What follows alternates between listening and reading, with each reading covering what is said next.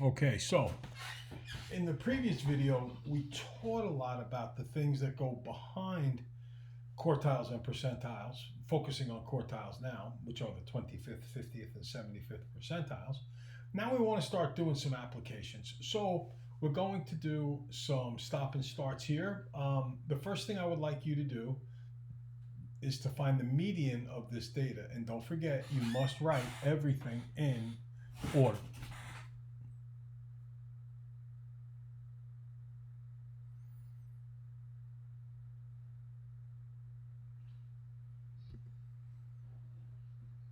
Okay, so the first thing we do is we rewrite all of those terms in order, and there are 1, 2, 3, 4, 5, 6, 7, 8, 9, 10, 11, 12, 13 terms. If there's 13 terms, there's 6 in the bottom half, 6 in the top half, and then a 7th term, 1 just sitting by itself in the middle. In this case, it's 488,800. If you wanted to, you could cross off from the ends in, and you would find that sitting all by myself is the 488,800. That is your median. Now what we're going to ask you to do is find the first quartile and the third quartile. In other words, take the first half of the data, everything before 48.8, find the median there for the first quartile, and for the third quartile, take all the data after 488.8 and see if you can find the median of that. That will give you the third quartile. Go ahead, stop and start. Okay, so for the first quartile, there are 2 terms in the middle. The first term is 230,500. The second term is 387,000. So realize there are 6 terms down here, right? And when there's 6 terms, the 2 in the middle are 230,500 and 387. So look, I'm going to move my cursor along here. I really should have underlined this. Sorry about that. 1, 2, 3, 4, 5, 6 terms, and then we get to the median. Okay, so we just found the median of these first 6 terms. Likewise, we're going to find the median of the second 6 terms, and that will be the third quartile. That median is 649,000. So the overall median is 488,800. The first quartile is 308,750. The third quartile is 649,000. Now, the interquartile range. Let's go back there. Okay, I didn't want you to see it. How do you find the interquartile range? Well, remember, that's the part that's grouped around the median, the 50% in the middle there, if you will. And that is the third quartile minus the first quartile. Let's pause for a second and I'll let you get that done. Okay, so your interquartile range is the third quartile, which is 649,000, minus the first quartile, 308,750, and that gives me 340,725. Now we want you to look at computing if there are any outliers. So let's find the outlier factors.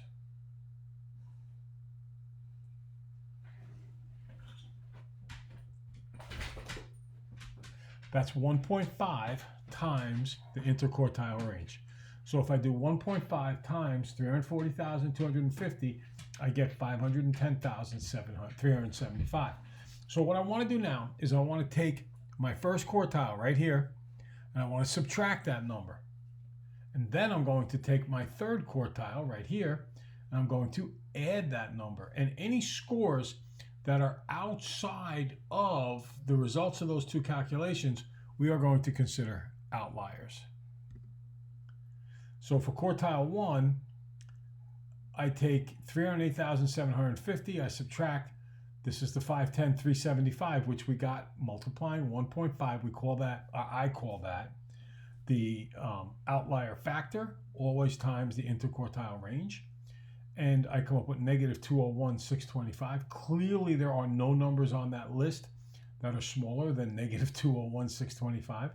And then I look to see if there's any outliers on the high end, and that's 1.5 times the interquartile range, which is 649,000 plus the 510,375, and I get 1,159,375.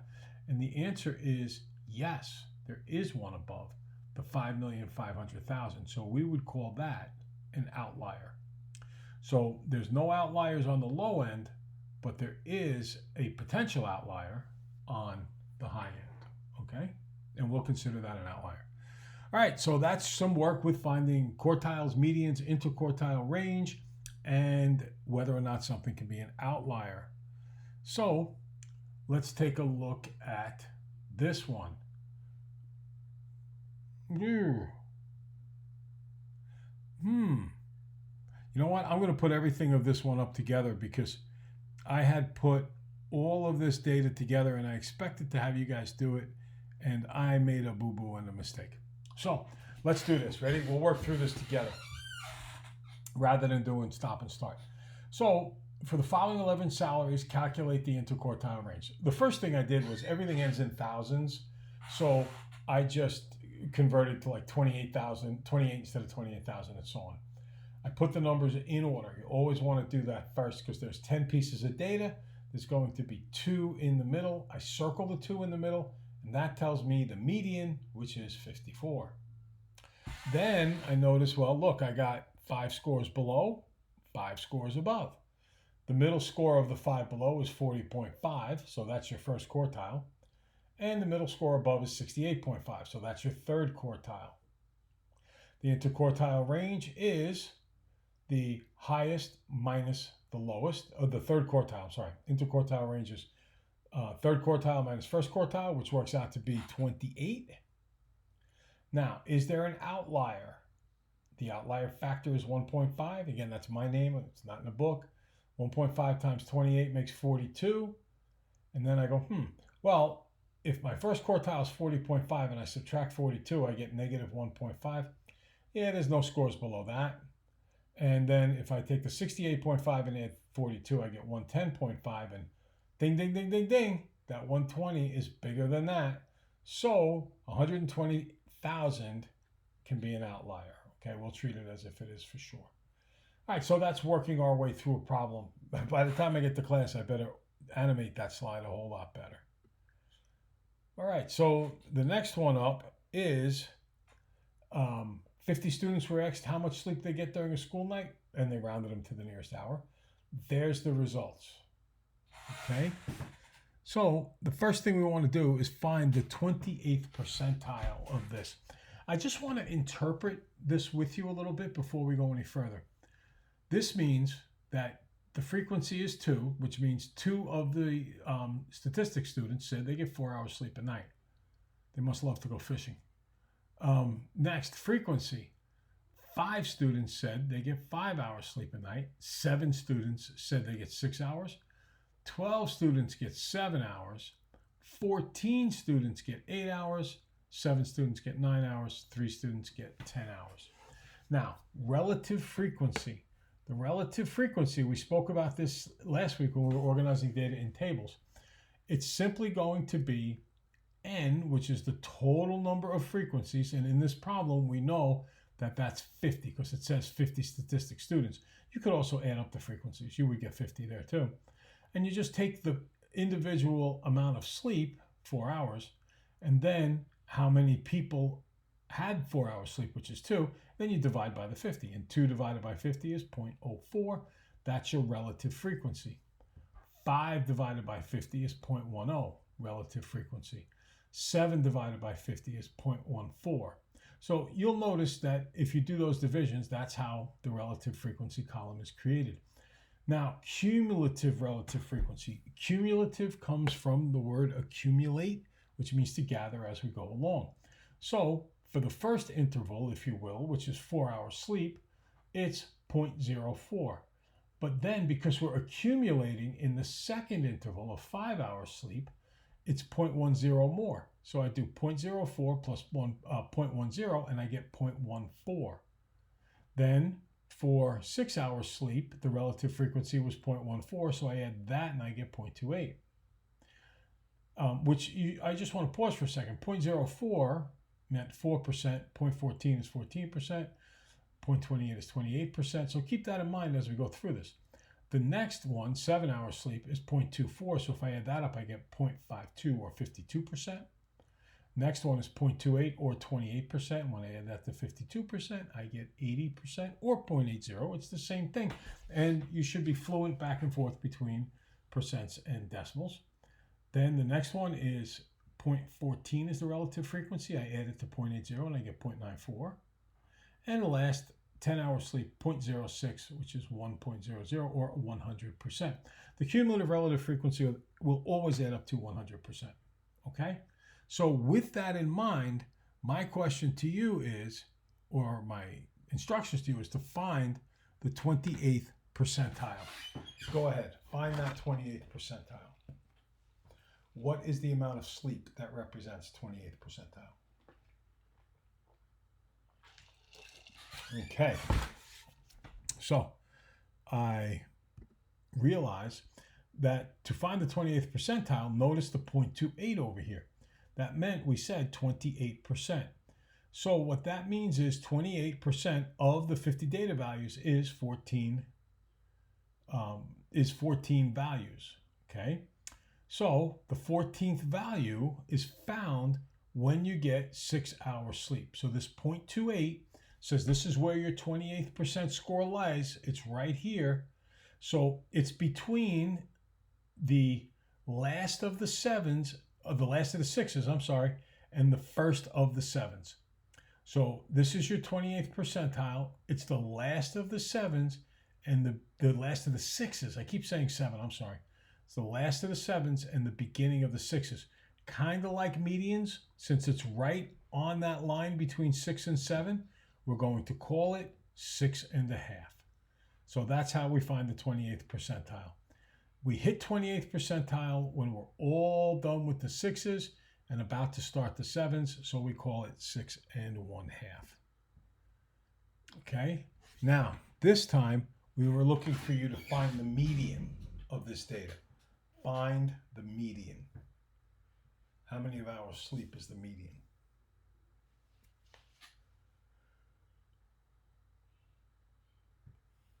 Okay, so I don't know if you did stop and start, but this isn't a really long question. Look, here's the cumulative frequency of 52%. That's in the 6 hours sleep a night, the cumulative frequency was 28%. And in the 7 hours, it's 52%. So the 50th percentile, the median is the 50th percentile, the middle, that's somewhere in the 7 hours of sleep. Someone in those 12 people who said they get 7 hours sleep represents the 50th percentile, okay? So the 50th percentile is 7. The median is 7, okay? All right. What are we looking for you to do next on this guy here? Find the third quartile. Go ahead. Now, just remember what the third quartile is in terms of percent. First quartile was 25%. Median is 50%. Third quartile is 75%. We'll stop and start action. Okay, so what we have going on here this time is we're looking for the 75th percentile in this particular chart. And in looking for that, what I notice is that 75th percentile is between 0.52 and between 0.80. So another way to look at the problem, I'll go back to that in a minute. These are going to be all 8s in here. So that means that we can say that the 75th percentile must be an 8. Now, another way to do this is to say, okay, well, what's 75% of 50? 75% of 50 is 38. It's actually 37.5, but we round up to 38. Where is the 38th score? Well, let's see. 2, 7, 14, 26. The next one jumps up to 40. So that 38th score is somewhere in this interval of getting 8 hours sleep at night. Okay? Either way looks at that. Just from this, we can understand that the third quartile, the 75th percentile, must be in the 8th category. And that's the help of the cumulative frequency here. When it says 0.80, you should recognize that means 80%. And every single score in this bracket here, all 14 of those scores are 8s. So if 52% of the scores stopped at 7s and the next 14 scores in a row are all 8s, well, then you can bet that the 75th percentile, the third quartile, is in the 8 category.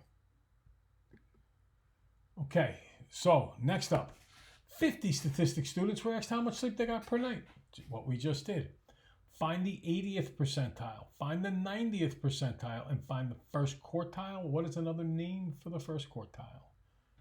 Go ahead. A little stop and start here. We'll go over it in just a minute.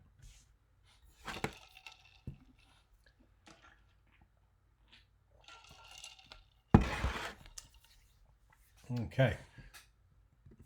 Now, as far as finding the 80th percentile goes, what we can do is we can realize, okay, that with 50 scores, the 80th percentile will be between the 40th and the 41st scores, okay? If we look for the 40th score, counting the scores again, 7, 14, 26, 40, and it also kind of tells us 80 percentile right here. But the actual score itself, because the 80th percentile is at the end of this, the actual score itself will be the average of these two, because there's an even number here, and that would be 8.5 between the 8 and the 9. As far as the 90th percentile goes, I'm going to do 90% of 50, which is 45, so I'm looking for the 45th score. Now, the difference between the 80th percentile and the 90th percentile is this. The 90th percentile, I'm looking for the 45th score. All right, here is, as we go through and we read the scores, 7, 14, 26, 40, 47. So I'm looking for the 45th score.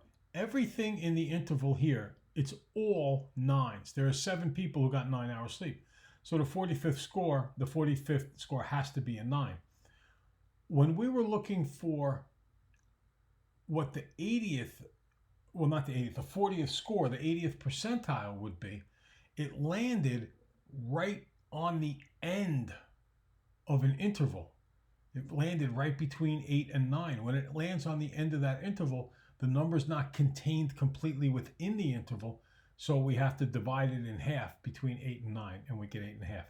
So when we look for the 90th percentile, the 90th percentile score, the 45th score, was contained completely in the interval that gets 9 hours sleep, because there were 7 such scores, and it was right in that interval. When it came to the 80th percentile, that's not true. It landed at the end of the interval. Whenever it lands at the end of the interval, just like medians, I have to take the average. Okay, I hope that's clear. I felt like in the beginning I wasn't being clear with that. And last, the first quartile is also known as the 25th percentile. In this case, 25th percentile out of 50 is 12.5, which we'll call it the 13th score. And the 13th score can be found, again, see, 5 and 2 makes 7, and 7 makes 14.